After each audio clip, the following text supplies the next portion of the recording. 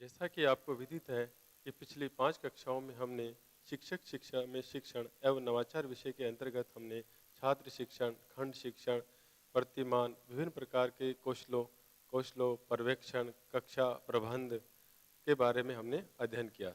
आज हम निरीक्षण तथा आंकलन के संदर्भ में हम विस्तार पूर्वक बात करेंगे। निरीक्षण प्रक्रिया के अंतर्गत एक या एक से अधिक व्यक्ति किसी घटना, प्रक्रिया अथवा परिस्थितियों का अवलोकन किसी निश्चित उद्देश्य को ध्यान में रखकर करता है। विद्यालय में होने वाली शिक्षण अभ्यास प्रक्रिया में निरीक्षण शिक्षण दक्षता एवं कुशलता के बारे में आंकलन करने के लिए किया जाता है। आंकलन में किसी तथ्य, घटना एवं प्रक्रिया के बारे में मात्रात्मक एवं गुणात्मक संदर्भ में निर्णय लेने के लिए प्रयास किया जाता है। निष्पादन एवं दक्षता प्रदर्शन में भी आंकलन का प्रयोग किया जाता है। निरीक्षण को वस्तुनिष्ठ रूप देने के लिए तालिका को प्रयोग में लाया जाता है। जैसे शिक्षण को जांचने के लिए विभिन्न मापन स्तरों को ध्यान में रखकर निरीक्षण तालिका का प्रयोग किया जाता है। मापन स्तरों के माध्यम से यह पता लगाया जाता है कि छात्र अध्यापक द्वारा किस घटक का प्रयोग कितनी बार किया गया। इसी प्रकार फ्लैंडर्स अंतःक्रिया विश्लेषण प्रणाली का उपयोग करते हुए हमें भी प्रत्येक 3 सेकंड में उसे प्रदर्शित किया जाता है। अध्यापक शिक्षा संस्थाओं में छात्र अध्यापकों के आंतरिक मूल्यांकन के लिए भी आलोचनात्मक पाठ निरीक्षण तालिका का उपयोग किया जाता है। जबकि आंकलन करते समय निर्धारक मापनी का उपयोग किया जाता है, जिसमें शिक्षण व्यवहार की गुणवत्ता के स्तर को स्पष्ट किया जाता है। शिक्षण कौशल के प्रत्येक घटक के सामने 5 बिंदुओं का उल्लेख किया जाता है, जिन्हें हम 1 से 5 की संख्या का क्रम दिया जाता है। गुणात्मक तथा मात्रात्मक दोनों ही पक्षों के युग्मित प्रतिफल को मूल्यांकन के रूप में देखा जाता है। इस प्रकार हम कह सकते हैं कि निरीक्षण को काफी हद तक मापन और आंकलन को पूर्ण प्रदान की प्रक्रिया के रूप में देखा जाए। शिक्षण अभ्यास के समय अध्यापकों द्वारा प्रशिक्षणार्थियों को निरीक्षण व आंकलन में प्रतिपुष्टि प्रदान की जाती है। प्रतिपुष्टि फीडबैक, जब छात्र अध्यापक या छात्र अध्यापिकाओं के द्वारा कक्षा में शिक्षण कार्य करवाया जाता है तो पर्यवेक्षक उनके शिक्षण व्यवहार का निरीक्षण व आंकलन करता है और उनके व्यवहार को देखते हुए उन्हें प्रतिपुष्टि देता है। प्रतिपुष्टि से प्रोत्साहन मिलता है। प्रतिपुष्टि सकारात्मक नकारात्मक रूप में दी जाती है। जहाँ तक संभव हो सकारात्मक प्रतिपुष्टि ही दी जानी चाहिए। शैक्षिक तकनीक के क्षेत्र में साइबरनेटिक्स परंपरा से इस शब्द का चयन किया गया। साइबरनेटिक्स शब्द एक ग्रीक भाषा शब्द से बना है, जिसका अर्थ है परिचालक या स्टीममैन। किसी जहाज के परिचालक को अपने जहाज को सही दिशा में चालित करने के लिए एक पथ संचालन तकनीक का प्रयोग करना होता है, जिसे प्रतिपुष्टि सिद्धांत पर निर्भर माना गया है। प्रतिपुष्टि के माध्यम से परिचालक प्रक्रिया को सही ढंग से नियंत्रित कर पाना संभव हो पाता है, जिसमें लक्ष्य के संदर्भ में परिचालन प्रणाली के तत्व का वातावरण को नियंत्रित करते हुए कई त्रुटि को दूर करने का प्रयास किया जाता है।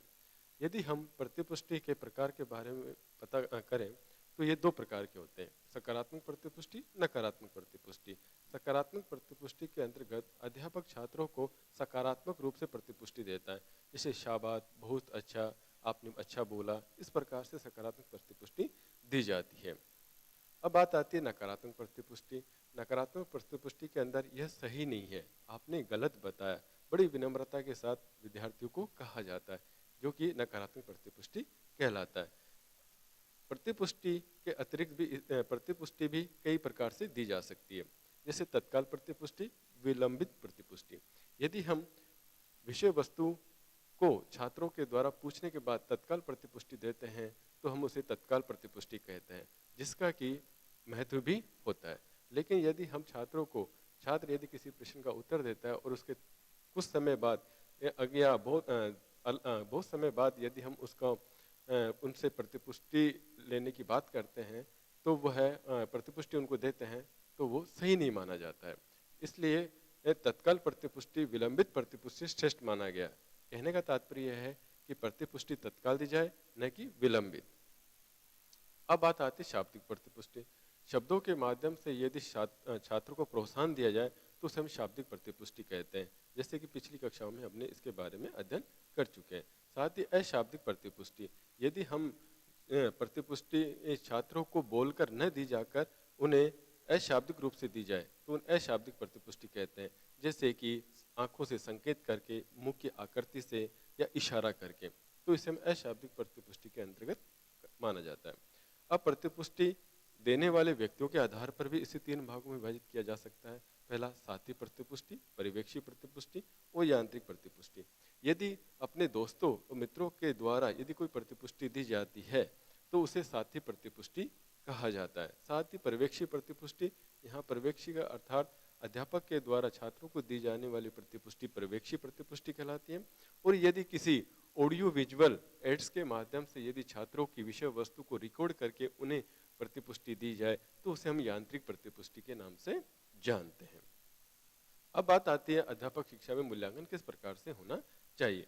अध्यापक शिक्षा के माध्यम से कुशल अध्यापक अध्यापिका को तैयार करने के लिए प्रयास किया जाता है।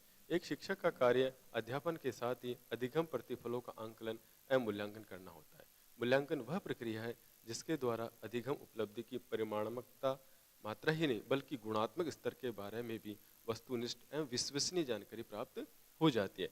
इतना ही नहीं बल्कि व्यवस्थित विभिन्नता के कारण विभिन्न अधिगमकर्ताओं की अधिगम संबंधी कठिनाइयों और समस्याओं के बारे में भी जानकारी उपयुक्त समय पर प्राप्त करते हुए उनके लिए निदानात्मक तथा उपचारात्मक शिक्षण के लिए प्रयास कर पाना संभव हो पाता है। साथ ही मूल्यांकन के आधार पर भेद और विश्वसनीय ढंग से प्राप्त जो वस्तुनिष्ठ परिणाम सामने आता है उसके आधार पर पूर्व कथन करना एवं शैक्षिक मार्गदर्शन करना संभव हो पाता है। परिणाम की जानकारी देने के साथ ही अधिगमकर्ताओं को प्रतिपुष्टि प्रदान करते हुए प्रेरणा स्रोत के रूप में कार्य करता है। अब बात करते हैं हम सामान्य रूप से शैक्षिक प्रगति एवं उपलब्धि को सूचित करने के लिए भी हम मूल्यांकन के परिणामों को ही स्वीकार किया जाता है। सामान्य परीक्षा को यद्यपि मूल्यांकन के ही रूप में स्वीकार किया जाता है और परीक्षा परिणामों को शैक्षिक प्रगति पत्र के माध्यम से ग्रहण योग्य मान लिया जाता है, लेकिन परीक्षा प्रणाली मूल्यांकन के समस्त वैशिष्ट्यों से युक्त नहीं होती है। कहने का तात्पर्य यह है कि मूल्यांकन अध्ययन अध्यापन प्रक्रिया का ही एक अविच्छिन्न अंग होता है। अतः अध्यापक शिक्षा के माध्यम से जिस प्रकार अध्ययन अध्यापन प्रक्रिया के विविध तत्वों के बारे में जानकारी प्रदान करने के लिए प्रयत्न किया जाता है, वैसे ही मूल्यांकन प्रक्रिया के बारे में सैद्धांतिक एवं व्यवहारिक जानकारियों को प्रदान करने के लिए प्रयत्न किया जाता है। सैद्धांतिक पक्ष के अंतर्गत मूल्यांकन प्रक्रिया के बारे में मूलभूत तत्वों को स्पष्ट करने के लिए प्रयास करना अपेक्षित होता है, जबकि व्यवहारिक पक्ष के अंतर्गत अध्यापक शिक्षा के क्षेत्र में मूल्यांकन प्रक्रिया के उपयोग से संबंधित तत्वों को स्पष्ट करने के लिए प्रयास किया जाता है। मूल्यांकन के संदर्भ में ब्रेकफील्ड एवं मोरडक ने किसी घटना को एक चिन्ह प्रदान करने को मूल्यांकन करना माना, जिसमें उस घटना की मूल्य संबंधी उपयोगिता को प्राय किसी सामाजिक, सांस्कृतिक या वैज्ञानिक मानक के अनुसार निर्दिष्ट करने के लिए प्रयास किया जाता है। अब बात आती है मूल्यांकन के प्रकार। मूल्यांकन के अनेक प्रकार हैं, जिसमें से मुख्य रूप से नियोजनात्मक मूल्यांकन, निर्माणात्मक मूल्यांकन, निदानात्मक मूल्यांकन तथा संकल्पात्मक मूल्यांकन आते हैं। पहला नियोजनात्मक मूल्यांकन। नियोजनात्मक मूल्यांकन वह मूल्यांकन होता है जिसमें शैक्षिक नियोजन के लिए अधिगमकर्ता के प्रारंभिक व्यवहार तथा व्यक्तित्व संबंधी विशेषताओं को आंकलित करने के लिए प्रयास किया जाता है। नियोजित अनुदेशन हेतु वांछित पूर्व ज्ञान, अनुदेशनात्मक उद्देश्यों की प्राप्ति के संदर्भ में प्रारंभिक ज्ञान, भावनात्मक, क्रियात्मक, व्यवहारगत स्थिति को ही अधिगमकर्ताओं के प्रारंभिक व्यवहार कहा जाता है। यह वह व्यवहार है जिसका प्रदर्शन छात्र अनुदेशन के पूर्व या प्रारंभ में संबंधित क्षेत्र में स्वयं करने में सक्षम होते हैं। व्यक्तित्व संबंधी विशेषताओं के अंतर्गत अधिगमकर्ताओं की रुचि, प्रवृत्ति, कार्य अनुभव तथा आदत, अधिगम, तत्परता आदि को भी सम्मिलित किया जाता है, जिनके बारे में जानकारी के अभाव में उपयुक्त अनुदेशनात्मक प्रक्रिया का नियोजन कर पाना कठिन होता है। साथ ही अभिवृत्ति, अभिक्षमता आदि को भी जानने के लिए प्रयास किया जाता है, ताकि अधिगम में किस बिंदु पर छात्रों को स्थापित करना उचित हो सकता है यह ठीक से ज्ञात हो सके। यही कारण है कि इसे प्लेसमेंट मूल्यांकन भी कहा गया है। इस स्थान एवं योग्यता संबंधी पूर्व स्तर के आधार पर ही अनुदेशनात्मक पद्धति, प्रविधि एवं माध्यम आदि का चयन किया जाता है। अध्यापक शिक्षा के क्षेत्र में इस मूल्यांकन का प्रारूप का प्रयोग प्रारंभिक काल में ही करना अपेक्षित होता है, जबकि भावी अध्यापक या अध्यापिकाओं के प्रविष्ट व्यवहार के बारे में आंकलन करने का आवश्यकता होती है। सैद्धांतिक तथा शिक्षण अभ्यासात्मक दोनों ही कार्यक्रमों के प्रारंभिक अवस्था में नियोजनात्मक मूल्यांकन का व्यापक एवं अपेक्षित उपयोग अवश्य भावी, यदि अध्यापक शिक्षा कार्यक्रम को सुनियोजित ढंग से व्यवस्थित संचालित करना अपेक्षित हो। अब आता है निर्माणात्मक मूल्यांकन। अधिगम, विकास या अनुभवों की निर्माण अवस्था में इस मूल्यांकन का अधिक प्रयोग किया जाता है। अधिगम प्रक्रिया को व्यवस्थित एवं अग्रसारित करने के लिए अनुदेशना विधि में इसे प्रयोग में लाया जाता है। यह जानकारी निर्माणात्मक मूल्यांकन ही प्रदान करते हुए प्रतिपुष्टि और पुनर्बलन प्रदान करता है। प्रत्येक अधिगम उद्देश्य के संदर्भ में दक्षता परीक्षण का निर्माण और प्रयोग करते हुए उनकी उपलब्धि स्तर के बारे में यथार्थ स्थिति का आंकलन किया जाता है। बात आती है निदानात्मक मूल्यांकन। जिस प्रकार सामान्य अस्वस्थता के अवसर पर विशेष निदान किए बिना ही सामान्य दवाओं के प्रयोग से अस्वस्थता को ठीक करना तो संभव हो पाता है, लेकिन जटिल रोगोपचार हेतु पूर्ण चिकित्सीय परीक्षणों को करवाने की आवश्यकता होती है। उसी प्रकार सामान्य अधिगम काठिन्यों का निराकरण अनुदेशन काल में ही निर्माणात्मक मूल्यांकन के माध्यम से कर पाना संभव हो सकता है, लेकिन विशिष्ट अधिगम संबंधी त्रुटि या कठिनाई को दूर करने के लिए जिस मूल्यांकन प्रारूप को प्रयोग में लाया जाता है उसे निदानात्मक मूल्यांकन कहा जाता है। यह वह मूल्यांकन प्रतिमान है जिसमें बारंबार होने वाली अधिगम त्रुटियों को दूर करने के लिए, समस्याओं के समाधान के लिए तथा उसके कारणों को जानने के लिए प्रयास किया जाता है। जब सामान्य सुधारात्मक निर्देशों एवं सहायता के द्वारा निर्माणात्मक मूल्य अवधि में उन्हें दूर कर पाना संभव नहीं हो पाता है। नेक्स्ट मूल्यांकन आता है संकलनात्मक मूल्यांकन। इस प्रकार के मूल्यांकन का उपयोग अधिगमकर्ताओं का अधिगम प्रतिफल एवं उपलब्धि के स्तर में श्रेयकरण या प्रमाणन के लिए किया जाता है। अब हम बात करते हैं मूल्यांकन के महत्व की। मूल्यांकन अध्यापक शिक्षा के क्षेत्र में एक महत्वपूर्ण एवं उपयोगी प्रक्रिया है।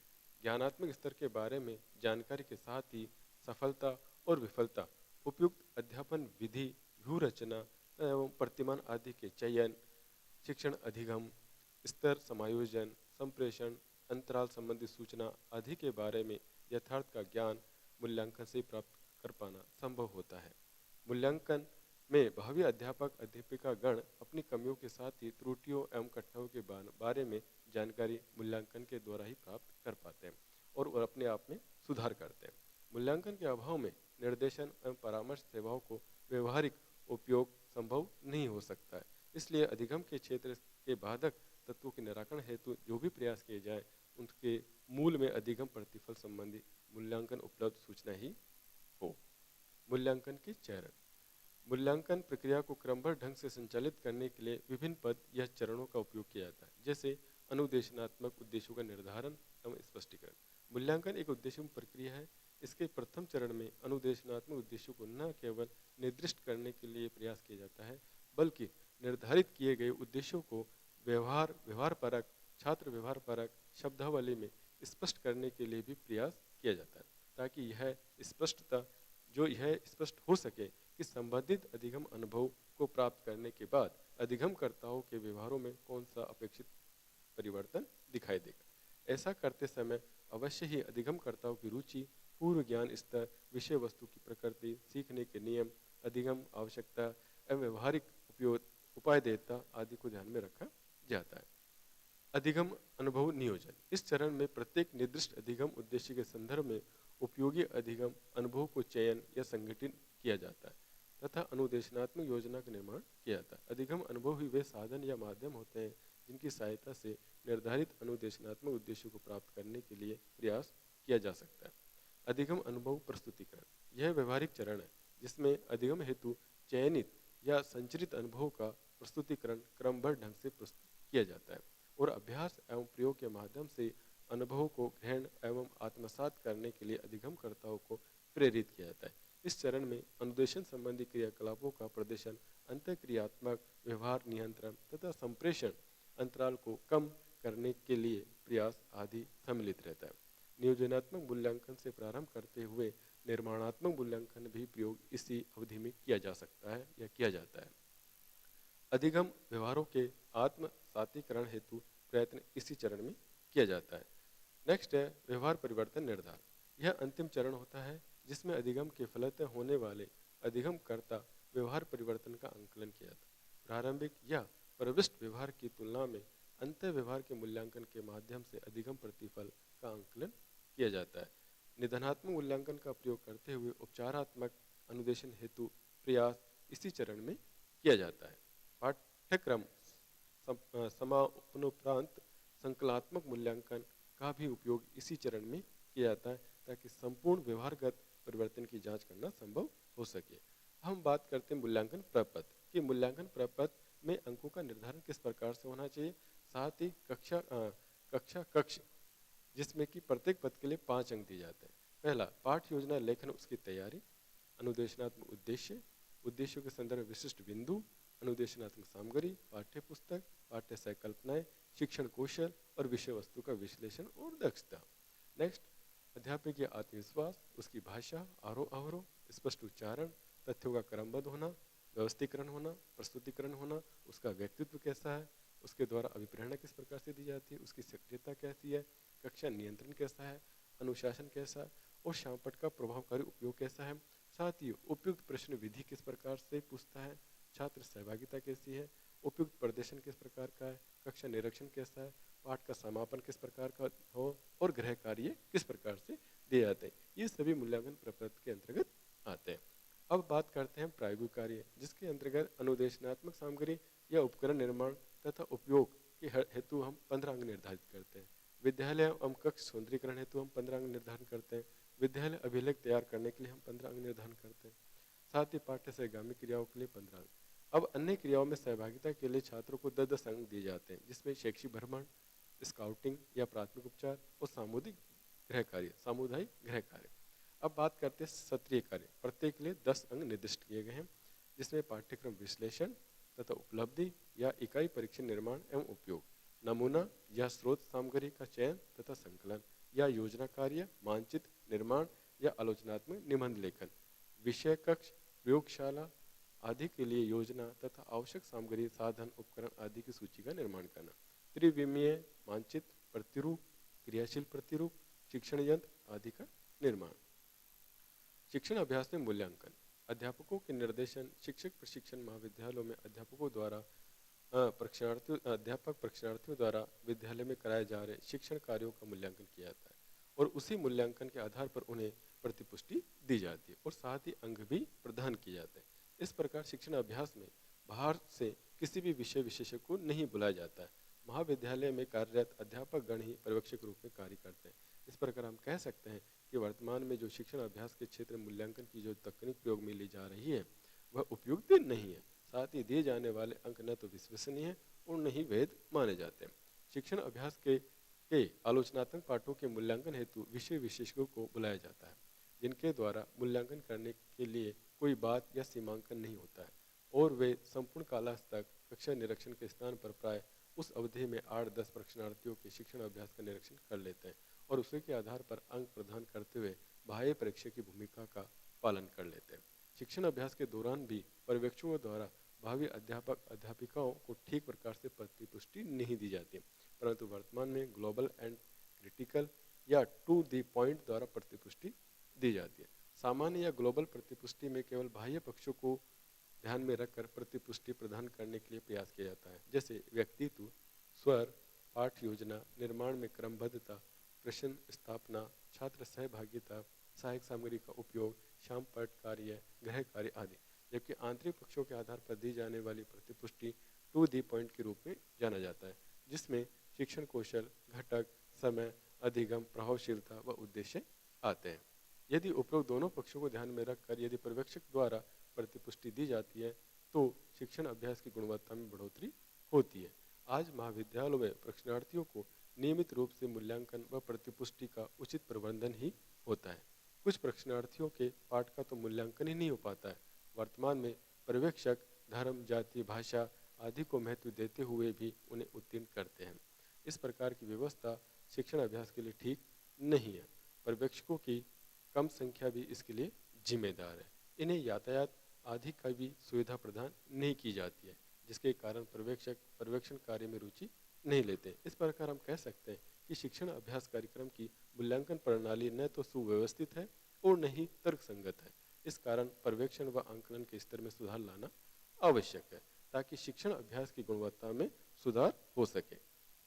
अब बात करते हैं हमें शिक्षण अभ्यास कार्यक्रम में समन्वयक के कार्य और समस्या, जिसमें योजना निर्माता, पर्यवेक्षक और छात्र अध्यापिका इन तीनों की अपनी अपनी भूमिकाएं होती है। जिसमें पहला आता है योजना निर्माता। योजना निर्माता जिसमें शिक्षण अभ्यास की योजना बनाना एक कठिन कार्य है। किसी भी शिक्षण प्रशिक्षण संस्थान में यह भूमिका उस संस्थान के प्रमुख द्वारा निर्वाह की जाती है, अर्थात संस्था प्रधान के द्वारा। जब भी शिक्षण अभ्यास की योजना बनाए तो उसमें निम्न गुण होना आवश्यक है कि उसमें निर्णय लेने की क्षमता हो, साथ ही सभी शिक्षण कौशलों का उसका ज्ञान हो, प्रशासकीय एवं प्रबंधकीय गुण हो, संस्थागत नियोजन करना उसे आए, साथ ही सहयोगी एवं प्रयोगात्मक विद्यालय के साथ उसके विकेंद्रीकरण करने एवं संपूर्ण कार्य करने समर्पण की क्षमता उसमें होनी चाहिए। साथ ही किसी प्रकार का पक्षपातपूर्ण व्यवहार न हो। शिक्षण अभ्यास प्रक्रिया में भूमिका। शिक्षण अभ्यास करवाने से पूर्व एक योजना निर्माता सभी प्रशिक्षणार्थियों को समूह में विभाजित करता है।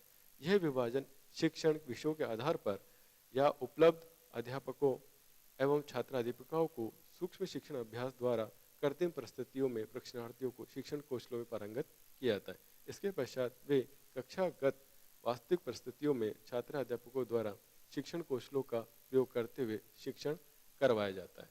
इस प्रकार योजना निर्माण द्वारा शिक्षण अभ्यास का कार्यक्रम निश्चित किया जाता है एवं इसका क्रियान्वयन करवाया जाता है। पर्यवेक्षक की भूमिका।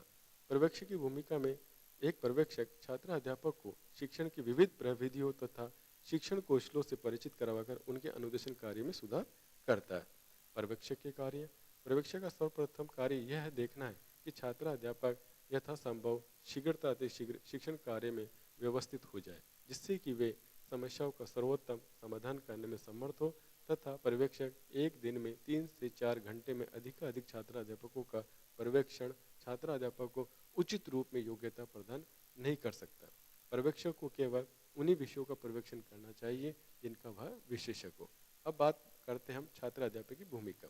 शिक्षण अभ्यास कार्यक्रम का जो केंद्रीय बिंदु होता है वो होता है छात्र अध्यापक। छात्र अध्यापक होता है शिक्षक प्रशिक्षण का व्यवहारिक पक्ष होता है। शिक्षण अभ्यास जिसमें प्रशिक्षकों को विद्यालय में जाकर छात्र शिक्षण करवाना होता है। जिस प्रकार किसी इंजीनियर को सैद्धांतिक परीक्षण के पश्चात व्यवहारिक ज्ञान देने हेतु प्रोजेक्ट बनाने होते हैं, उसी प्रकार भावी शिक्षकों को भी अपने सैद्धांतिक परीक्षण के पश्चात शिक्षण अभ्यास में शिक्षण के वास्तविक अनुभव होते हैं। अतः शिक्षण अभ्यास में भावी अध्यापकों को अधोलिखित बातों का ध्यान रखना चाहिए। पहला, अपने सैद्धांतिक अध्ययन के समय उसे सभी शिक्षण कौशलों एवं शिक्षण सूत्रों को समझ लेना चाहिए।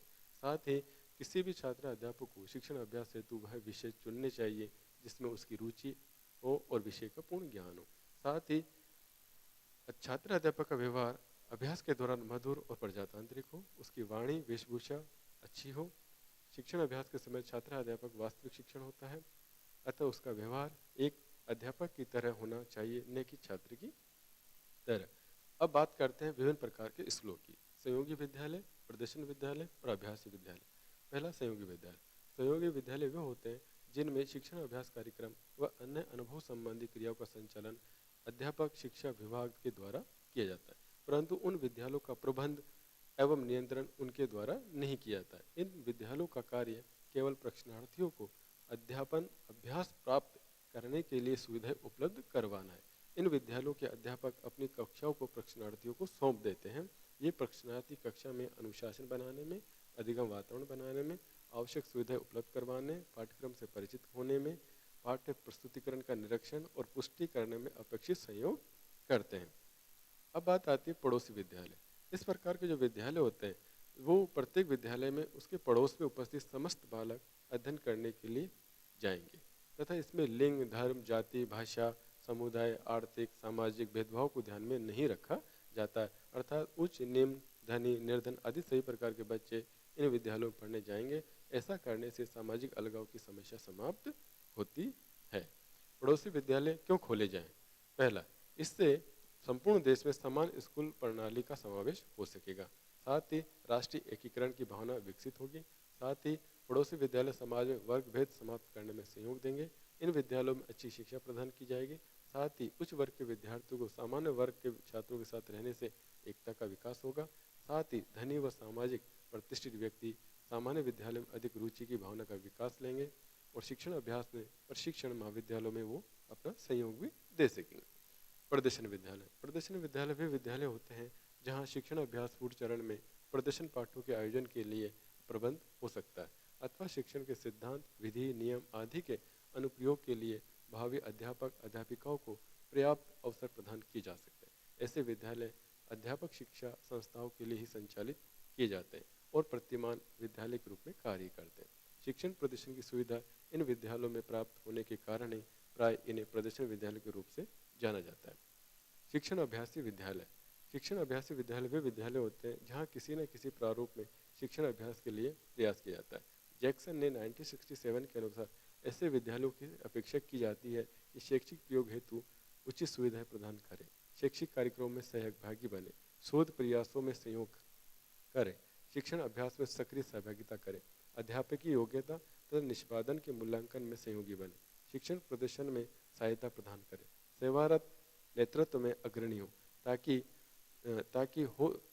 उद्यम अपेक्षाएं पूर्ण हो और अंततः शिष्य शिक्षण में सहयोगी बन सके। अर्थात अभ्यासात्मक विद्यालय शिक्षण अभ्यास के चरण में किसी न किसी रूप में अध्यापक शिक्षा विभाग या संस्थान के लिए उपयोगी एवं सहायता साबित हो। शिक्षण अभ्यास कार्यक्रम के लिए योजना बना।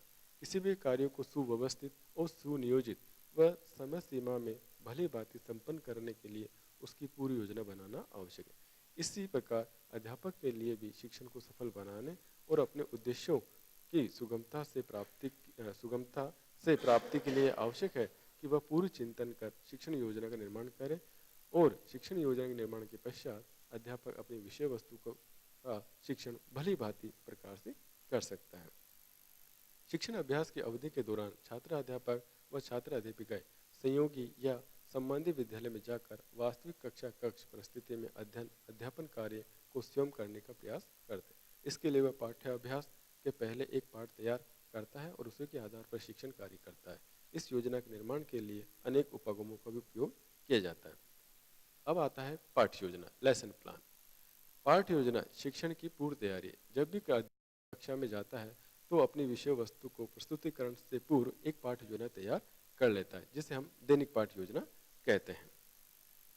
दैनिक पाठ्य योजना के संदर्भ में बाइनिंग एवं बाइनिंग ने अपनी एक परिभाषा दी। उसके अनुसार पाठ्य योजना के निर्माण में उद्देश्यों को परिभाषित करना, पाठ्य वस्तु का चयन करना, उसे क्रमबद्ध रूप से प्रस्तुत करना, व्यवस्थित करना और उसका प्रस्तुतिकरण विभिन्न विधियों के माध्यम से करना और प्रक्रियाओं का निर्धारण करना, ये सभी क्रियाएं पाठ्य योजना के अंतर्गत आती है।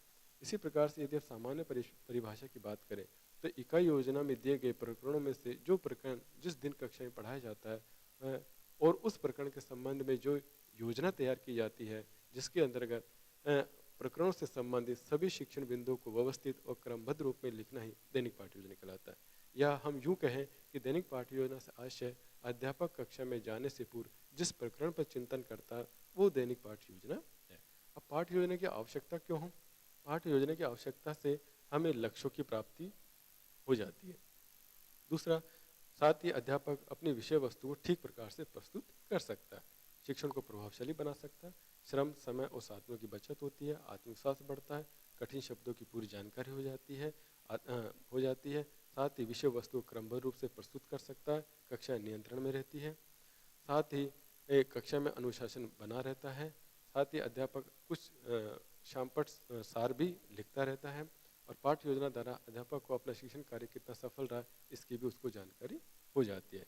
अब बात आती है कि एक अच्छी पाठ्य योजना कैसी हो। पहला, पूर्व ज्ञान पर आधारित हो, उद्देश्यपूर्ण हो, क्रियाओं पर आधारित हो, उदाहरणों का प्रयोग हो, समय का ध्यान रखा जाए, मानसिक स्तर के अनुकूल हो, मूल्यांकन हो, गृह कार्य भी उसके अंतर्गत हो। महत्व, इससे शिक्षण के लिए एक उपयुक्त अच्छा वातावरण तैयार होता है, छात्रों की रुचियों, आवश्यकताओं, क्षमताओं, योग्यताओं को ध्यान में रखकर शिक्षण की व्यवस्था करता है। पाठ्य योजना द्वारा अध्यापक छात्रों के पूर्व ज्ञान का पता लगा लेता है। पाठ्य योजना में अध्यापक व छात्रों की क्रियाओं को पहले ही निश्चित कर लेता है ताकि पाठ का विकास सुव्यवस्थित ढंग से हो सके और पाठ्य योजना से अध्यापक को आवश्यक सामग्री की भी जानकारी हो जाती है। अब बात करते हैं पाठ्य योजना के प्रकार। ज्ञानात्मक पाठ, भावात्मक पाठ और क्रियात्मक पाठ। ज्ञानात्मक पाठ के अंतर्गत का उद्देश्य अधिगमकर्ताओं के ज्ञानात्मक व्यवहार में परिवर्तन उत्पन्न करना होता है। इसकी योजना का निर्माण सूचना, अवबोध, विश्लेषण, संश्लेषण और मूल्यांकन जैसी क्रियाओं को ध्यान में रखकर किया जाता है। इससे पाठ के प्रस्तुतिकरण पर अधिक ध्यान दिया जाता है। इतिहास का अर्थ, शब्द, भाषा, गणित, भूगोल आदि विषयों के लिए ज्ञानात्मक पाठ योजना का निर्माण किया जाता है। अब बात करते हैं भावनात्मक पाठ। इस प्रकार की पाठ योजना में अधिगमकर्ताओं की भावनाओं को विकसित करने पर ही जोर दिया जाता है, जैसे नैतिकता, मर्यादा, अनुभूति, अभिवृत्ति आदि। कौशल पाठ, इस प्रकार की पाठ योजना निर्माण क्रियात्मक या मनोगामक शिक्षण उद्देश्यों के वर्ग को ध्यान में रखकर किया जाता है। प्रशिक्षणार्थियों को प्रशिक्षण प्रदान करना हो तो प्रत्येक स्थिति में कौशल या क्रियात्मक पाठ योजना के निर्मित किया जाना आवश्यक है। इस प्रकार संगीत, गृह कार्य, तकनीकी कुशलता, विज्ञान, शिक्षणगत कौशल आदि के अध्यापन हेतु इस प्रकार की पाठ योजना का उपयोग किया जाता है। अब बात करते हैं पाठ योजना की उपागम अप्रोच। पहला है हर्बर्ट उपागम। यह उपागम जॉन फ्रेडरिक हर्बर्ट के द्वारा प्रस्तुत किया गया है। इस उपागम को हम पंचप्रदीय ए प्रणाली के नाम से भी जानते हैं। हर्बर्ट के अनुसार बालक अनुभव के द्वारा ज्ञान प्राप्त करता है। यदि ज्ञान को छोटे छोटे सोपानों में बांटकर पूर्व ज्ञान से संबंध करके पढ़ाया जाए तो छात्र उसे अधिक शीघ्रता व सुगमता से ग्रहण करता है। इस प्रकार दिए गए ज्ञान को प्रस्तुतिकरण की संज्ञा दी जाती है। इसमें अध्यापक की भूमिका महत्वपूर्ण होती है क्योंकि वह बालक को बाह्य जगत का अनुभव कराता है। यह अनुभव जितने क्रमबद्ध व तर्कसंगत होंगे, बालक के ज्ञान का स्तर भी उतना ही अच्छा होगा। ये सभी अनुभव सामाजिक आदान प्रदान, व्यक्तिगत सहानुभूति एवं निर्देशन एवं वस्तुओं से सीधा संपर्क कराकर किया जा सकता है। हर्बर्ट ने अपने उपागम को 5 सोपानों में विभक्त किया है। पहला प्रस्तावना, उद्देश्य कथन, प्रस्तुतिकरण, पुनरावलोकन और प्रयोग। जिसमें पहला है प्रस्तावना। अध्यापक कक्षा में प्रवेश करने पर जाते ही नहीं पढ़ा सकता, उसे पढ़ाने से पूर्व कुछ क्रियाएं करनी पड़ती है जिनमें विद्यार्थियों का ध्यान कक्षा में पढ़ने के लिए बनाया जा सके। शिक्षक कक्षाएं पूर्व ज्ञान के आधार पर पाठ प्रस्तावना करता है। प्रस्तावना जितनी अधिक रोचक एवं आकर्षक एवं नवाचारित होगी, छात्र की रुचि शिक्षण में उतनी ही अधिक होगी। इसलिए अध्यापक को कक्षा में जाकर छात्रों को पहले पूर्व ज्ञान का पता लगा लेना चाहिए। दूसरा है प्रस्तुतिकरण। यह पाठ का मूल अंश होता है। इसमें शिक्षक नवीन तथ्यों को छात्रों के पूर्व ज्ञान से संबंध स्थापित करते हुए विषय वस्तु को प्रस्तुत करता है। विषय वस्तु को तर्कपूर्ण और व्यवस्थित रूप से विभिन्न शिक्षण बिंदुओं में बांटकर क्रमबद्ध रूप से प्रस्तुत करने का प्रयास करता है। इसके लिए अनेक शिक्षण युक्तियों का प्रयोग शिक्षण कौशलों के साथ किया जाता है। तुलनात्मकता सहसंबंध। जब अध्यापक कक्षा में किसी विषय वस्तु का प्रस्तुतिकरण करना होता है तो वह किसी विषय वस्तु को स्पष्ट करने के लिए उस विषय को अन्य विषयों के साथ सहसंबंध स्थापित करता है, जो कि इसके अंतर्गत आता है। अब आता है निष्कर्ष। इस पद को हर्बर्ट महोदय ने प्रणाली अथवा व्यवस्था की संज्ञा दी है। इस मूल पाठ को समझने के बाद इस पद में विद्यार्थियों के सोचने समझने के अवसर प्रदान किए जाते हैं और शामपट सारांश के आधार पर विद्यार्थियों पाठ के निष्कर्ष निकालने अथवा नियम बनाने हेतु प्रेरित किया जाता है। अनुप्रयोग। इस सोपान के अनुसार सीखे हुए ज्ञान को नई परिस्थितियों में प्रयोग किया जा सकता है अथवा नहीं, इस बात की जांच की जाती है। इस कार्य हेतु अभ्यास अथवा पुनरावृत्ति के प्रश्न विद्यालयों से पूछे जाते हैं। अब बात करते हैं कि हर्बर्ट उपागम में की पाठ योजना की रूपरेखा किस प्रकार को।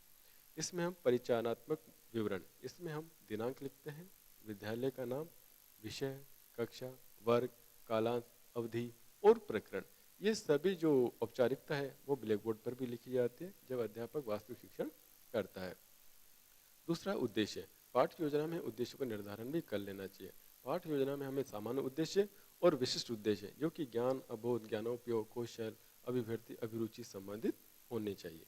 इसके बाद हम बात करते हैं सहायक सामग्री। अब सहायक सामग्री के रूप में हम पाठ्य पुस्तक भी यूज कर सकते हैं, संदर्भ पुस्तकें भी यूज कर सकते हैं, कक्ष उपयोगी सामग्री भी, और साथ ही विशिष्ट शिक्षण सामग्री भी हम उसमें उपयोग ले सकते हैं।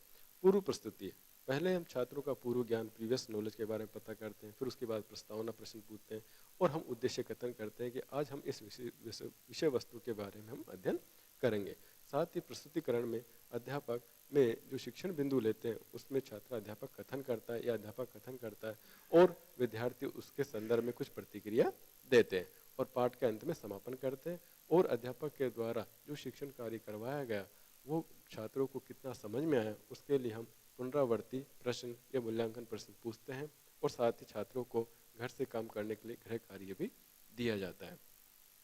हर्बर्ट की 5 पदीय पाठ के कुछ गुण भी है। यह विधि वर्तमान समय नवीन शिक्षण विधियों में सबसे कम खर्चीली भी है, साथ ही लाभदायक सिद्ध भी होती है अथवा स्थान व्यवस्थित और तार्किक क्रम प्रदान करती है।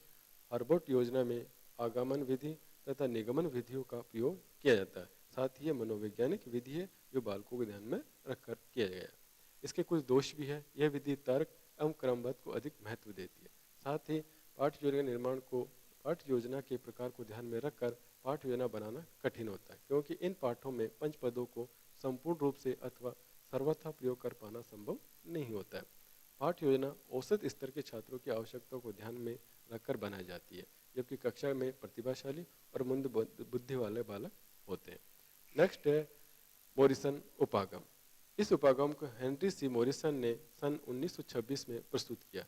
इस उपागम को मॉरिसन उपागम अथवा इकाई प्रणाली भी कहते हैं। यह गेस्टोल्ड मनोविज्ञान पर आधारित है। इकाई पद्धति विद्यार्थी केंद्रित है। इकाई का निर्माण विद्यार्थियों की सहायता से शिक्षक द्वारा किया जाता है। इसमें विद्यार्थियों की रुचियों, रुझान, जीवन संबंधी आवश्यकताओं का ध्यान रखा जाता है। मॉरिसन ने अपने इस उपागम में डेवी की योजना अथवा हर्बर्ट की पंचपदीय विधि का समावेश किया है और कहा कि शिक्षण में पूर्व परीक्षा, अध्यापन मूल्यांकन, सुधारात्मक शिक्षण, अध्यापन मूल्यांकन श्रृंखला का उपयोग तब तक किया जाना चाहिए जब तक कि बालक कोई इकाई को पूर्ण रूप से सीख न ले। वह उद्देश्य को भली प्रकार से स्पष्ट करने पर भी बल प्रदान करता है। मॉरिसन ने हर्बर्ट की पंचपदीय प्रणाली के तरह ही इकाई प्रणाली में 5 पदों का अनुसरण किया है। पहला अन्वेक्षण, प्रस्तुतिकरण, आत्मीकरण, संगठन और अभिव्यक्तिकरण। अन्वेक्षण, इस सोपान में अध्यापक विद्यार्थियों से प्रश्न पूछकर उसके पूर्व ज्ञान का परीक्षण कर पाठ्य वस्तु का विश्लेषण करता है। जबकि प्रस्तुतिकरण में इसमें अध्यापक विषय वस्तु को छोटी छोटी इकाइयों में विभाजित कर क्रमबद्ध रूप से छात्रों के समक्ष रखता है। आत्मीकरण में का लक्ष्य विषय वस्तु की गहनता पर बल देता है। अध्यापक व छात्र दोनों में अंतःक्रिया होने से दोनों क्रियाशील रहते हैं। साथ ही कालांश की समाप्ति के पश्चात विषय वस्तु का परीक्षण किया जाता है कि छात्र सीखने में सफल हुए या नहीं हुए। नेक्स्ट है संगठन। इस सोपान में इस बात का पता लगाया जाता है कि विद्यार्थियों ने किस सीमा तक इकाई के तथ्य व सूचनाओं का संगठन व्यवस्थापन कर सकते हैं। इसमें छात्र स्वामित्व की गई वस्तु को बिना किसी सहजता के लिखता है। इसमें शिक्षक नियंत्रण निर्देश देता है। गणित व व्याकरण, साहित्य इत्यादि विषयों में इस सोपान की आवश्यकता नहीं होती है। नेक्स्ट है अभिव्यक्तिकरण। इस कालांश में विद्यार्थियों द्वारा सीखी गई विषय वस्तु को मौखिक रूप में कक्षा में अध्यापक के सामने प्रस्तुत किया जाता है। इकाई योजना क्या है, इसकी परिभाषा क्या है, इसके संदर्भ में बात नेक्स्ट कक्षा में करेंगे।